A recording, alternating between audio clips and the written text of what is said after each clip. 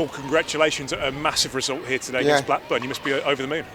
Very much so. As I said, it wasn't a bit of a tough game. Blackburn are going for the playoffs, and if you'd have said to me, Forest, Blackburn, Bournemouth, and we pick up 4 points under the circumstances that we're in, I would have snatched your hand off. So to get what we did today and deserve it, thoroughly deserve it. I think the only problem, if I'm being negative, is that we didn't take our chances in the first half, which could have made the game a lot more easier for us. We've got to do that. We can't afford to miss up chances like that.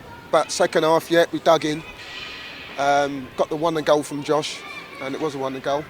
Thing is, I think they're a bit gutting there because everyone was talking about Thomas's goal against Bournemouth. Now that's been surpassed by the 1 goal from Josh. So at least we ain't got to about Thomas's goal at Bournemouth. And 1 goal from Josh, and defensively we were absolutely fantastic. I mean, the back five, Danny Drinks in there.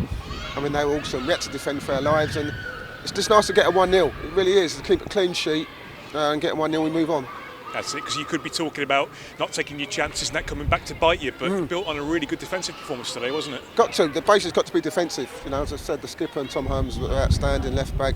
Yidge, you get what you get from Yidge week in and week out. He's got that die-hard attitude and just keeps going, and is an inspiration to all his team.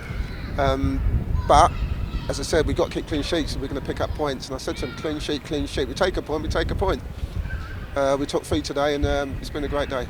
And as you said there, it could have been the keeper made some really good saves in the first half, and we had those chances, and he was going to take something special at that point, wasn't it? And then Josh comes up with it. Yeah, it was, to be fair, as I said, and that's why you've got to be ruthless when you get those chances, and they're clear-cut chances.